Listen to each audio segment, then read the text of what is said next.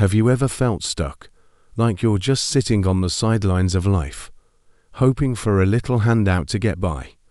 Today, we're diving into a powerful story about a man who was literally stuck, and how an encounter changed everything for him. It's a regular afternoon in Jerusalem.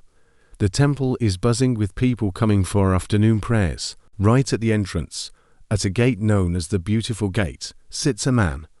He's been lame since birth, unable to walk his entire life.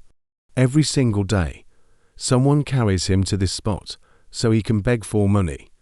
It's his only means of survival. He sees thousands of faces, day in and day out, just hoping for a few coins to drop into his hand. As he's begging, two men, Peter and John, walk towards the gate. The man does what he always does. He looks up and asks them for money. He sees them as just two more people in the crowd, another chance for a small act of charity. He holds out his hand, expecting nothing more than the usual. But this time is different. Peter stops. He doesn't just glance and walk by. He looks the man right in the eyes and says something that grabs his attention. "Look at us." The man's focus sharpens. He locks his gaze on them, his anticipation growing. He's probably thinking, okay, this might be a bigger donation than usual. He's expecting money, but what he's about to receive is something money could never, ever buy. Then, Peter says words that must have shocked him. "Silver and gold I do not have, but what I do have I give you." Imagine the man's brief disappointment. But what comes next changes his entire world. Peter declares with bold confidence, "In the name of Jesus Christ of Nazareth, walk." Peter doesn't just say the words. He reaches down, takes the man by the hand, and pulls him up. In that very instant, a miracle happens. Strength floods into the man's feet and ankles. Bones and muscles that had been useless his entire life are made new.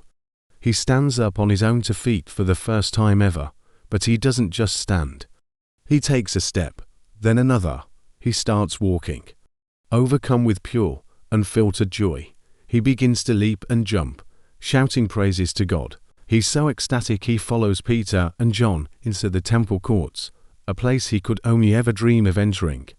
Picture the scene inside the temple. Everyone there knows this man.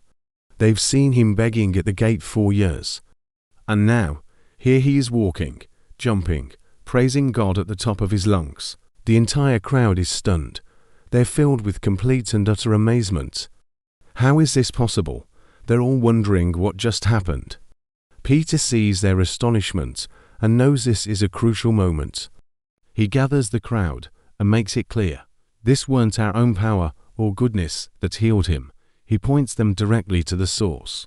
He tells them it was through faith in the name of Jesus that this man, whom they all see and know, was made completely strong.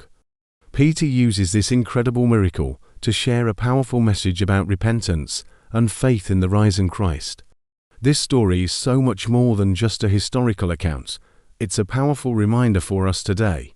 Peter and John didn't have money to give, but they offered something infinitely more valuable: complete restoration and a brand new life through the power of Jesus. It teaches us that true hope and healing don't come from what we have in our pockets, but from a source far greater. It shows that God can step into our impossible situations and bring about incredible transformation. His power isn't just for a select few. It's available to ordinary people like you and me who place our trust in Him. Thanks for watching.